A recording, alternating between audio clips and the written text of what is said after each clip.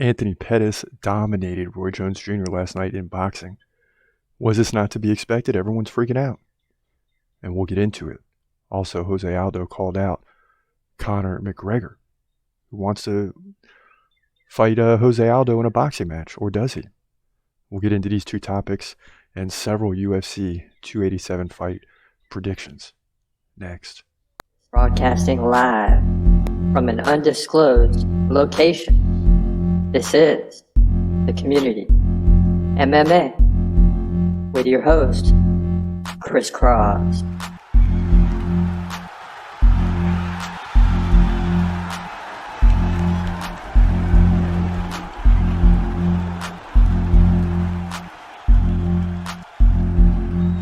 What up? It's your boy Chris Cross checking in. This is a Community MMA and it is Fight Week. Fight Week has begun. UFC 287. We got 3 predictions for you today on the show, and that'll round out the main card. But first and foremost, last night Anthony Pettis and Roy Jones Jr. got into it in boxing. And I'll just tell you, I didn't see the fight. I'm just seeing all the backlash. I was watching the Final Four. FAU went down at the buzzer. Miami got dominated. The 2 teams I wanted to see play for the title are out. So you got UConn versus San Diego State. So I was watching that. But all the backlash today over Roy Jones Jr. being too old, he should stop boxing.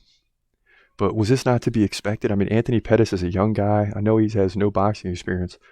But if you saw Mike Tyson versus Roy Jones Jr., I mean, both of those guys look nothing like they used to look. No offense, it's just true. And to think Roy Jones is going to come in and beat a young stud in Anthony Pettis, you can forget about it. That's just not going to happen. So everyone doubting Roy Jones Jr. today, you should have just understood this is what was going to happen. There's no reason to jump on him today. I mean, he's 54, 50-something years old? Yeah. His days are well behind him. And it probably is time to stop fighting. It's just that time. And then since we're into boxing, Conor said me and Aldo should box.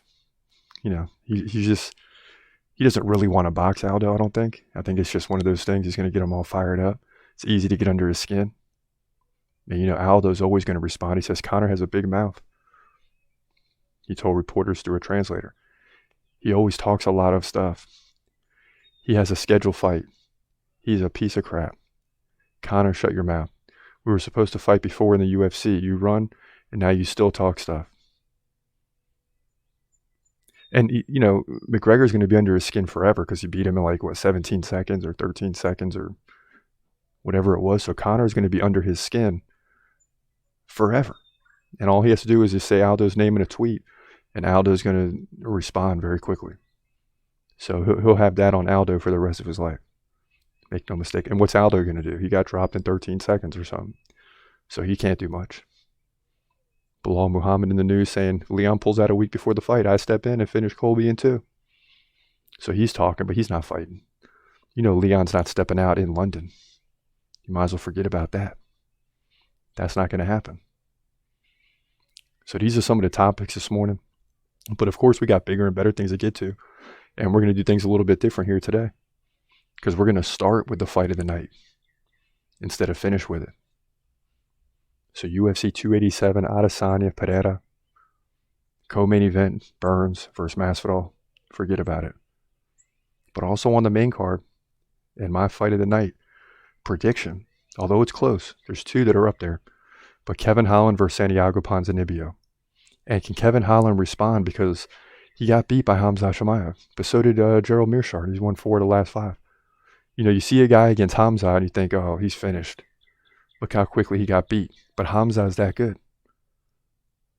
Khamzat is that good. So let's get to the fight of the night, the prediction between Kevin Holland and Santiago Ponzinibbio, and see if I believe that Kevin Holland can respond after suffering that loss.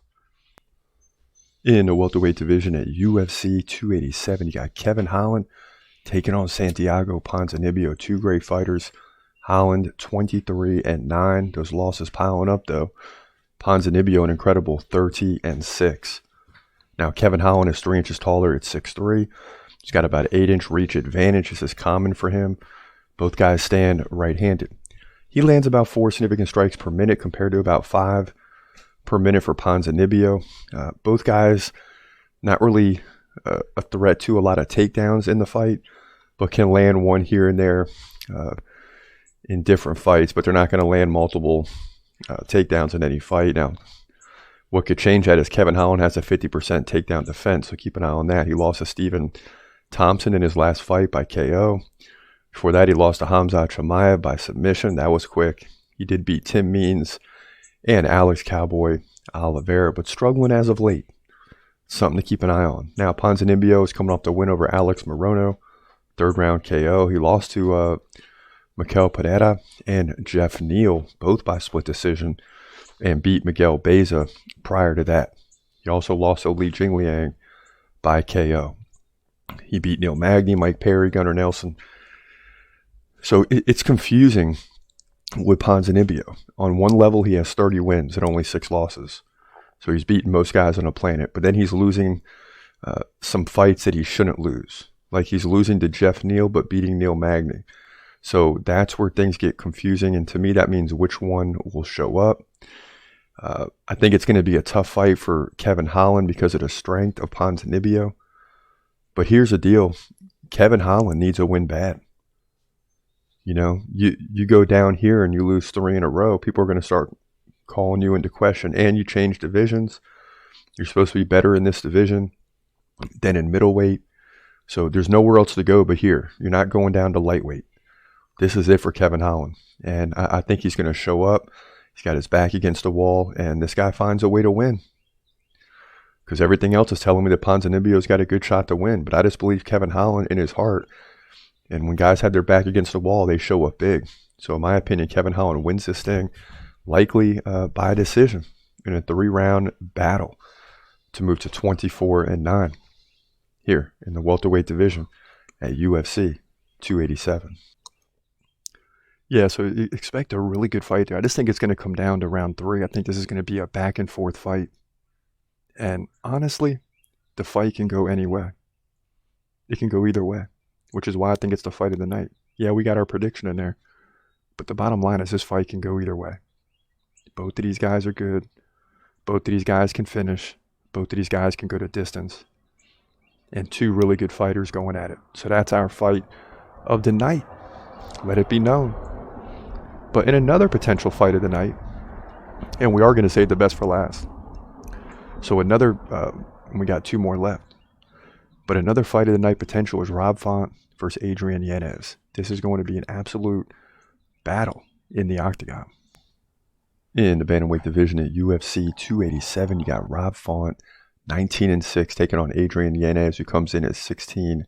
And needless to say, this is a high-level bantamweight fight. It just seems like the bantamweight division just keeps producing big-time fights.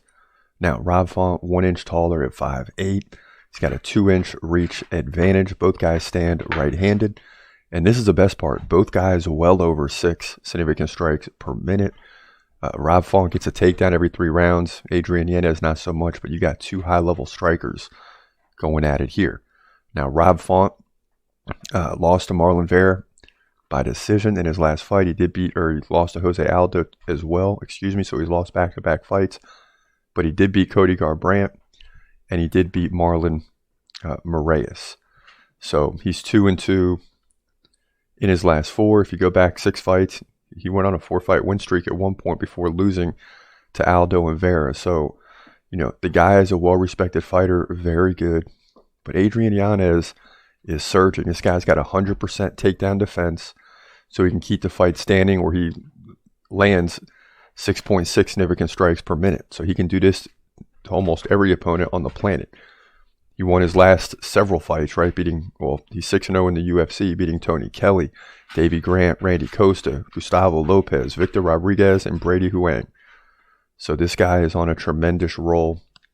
And it's a difficult prediction because Rob Font beats everyone that he's supposed to.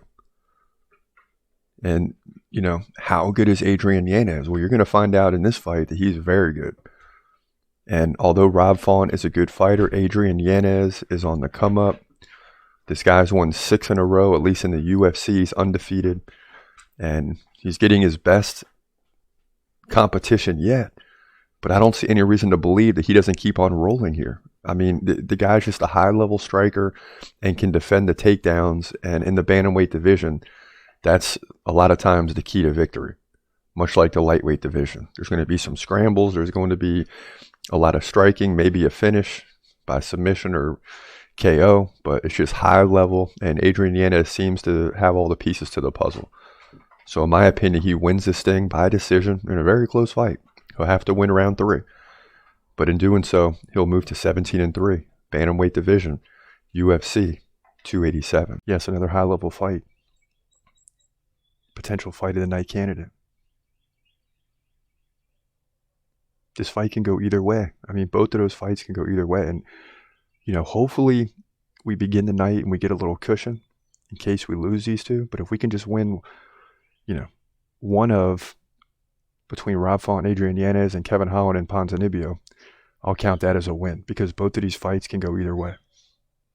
So if we can get one out of these two right, go 1-1, I think we're set up for success. But kicking off the main card, and we're saving the best for last here because you got 18-year-old Raul Rosas Jr., where the sky is the limit, taking on Christian Rodriguez. I cannot wait for this fight. Check this out. In the bantamweight division at UFC 287, you got Raul Rosas Jr., the 18-year-old, 7-0, taking on Christian Rodriguez, who comes in at 8-1, and not a bad fighter in his own right. Now let's get right to it because Rosas Jr. is 2 inches taller at 5'9", but he's given up about 5 inches in reach, and that's going to be normal in a lot of his fights. He's a switch stance fighter. Rodriguez stands right-handed. So far, after just a few fights, Rosas Jr. only lands about 1.3 significant strikes per minute, compared to about 3.3 per minute from Rodriguez, but that's because he lands takedowns, landing over 1 takedown per round. And usually once he gets a takedown, his opponent's not getting up. Rodriguez not much to speak for in that department. And one of the biggest stats here is the takedown defense for Rodriguez, just 56%. So, he's going to struggle to stop the takedowns from Rosas, who hasn't even had to defend a takedown himself up until this point. Now, he's coming over, he's won 7 in a row because that's his record, right? But in his last fight, he beat Jay Perrin in his UFC debut. It took about 2 minutes and 44 seconds for him to get the submission. He held Jay Perrin to just 4 significant strikes. He had 2 takedowns, 2 submission attempts. He finally got the victory about midway through the round. Prior to that, at Dana White's Contender Series, he won that fight by unanimous decision, beating Mando Gutierrez. He had 3 takedowns and limited him to 12 significant strikes. So these takedowns allow him to limit his opponent to almost no significant strikes throughout the fight. So when you look at an opponent's significant strikes per minute and you say, hey, this guy's going to outstrike Rosas. No, because Rosas is going to take him down. He's going to control him, and he's either going to get the submission or he's going to dominate in control time and get the win by decision. So that's just the way it goes. And Rosas Jr. is going to continue rolling here because Christian Rodriguez takedown defense is around 50%. So that's not very good. So Rosas Jr. should dominate here and move to 8-0 here in the bantamweight division, in my opinion, at UFC 287. Yeah, so we got Rosas Jr. winning. The 18-year-old continues to climb. He continues to dominate, and he's getting fighters who have weak takedown defense, and that's just going to be trouble for those fighters because Rosas Jr., even though he's young, can get in there, take you down, and finish you. And that's what's going to happen against Christian Rodriguez. For sure, for sure. It'd be even better to see him get the KO. But I don't think that's going to happen. I think he's just going to take the back and finish him in like 3 minutes. Real simple. But that's how it goes. So those are the 5 main card fights. 3 on this show. The last 2 podcasts, we covered Burns versus Masvidal, Pereira versus Adesanya. And it's going to be a healthy set of good UFC fights this Saturday night. But for now, this is your boy Chris Cross. As always, I hope you have a great day. God bless.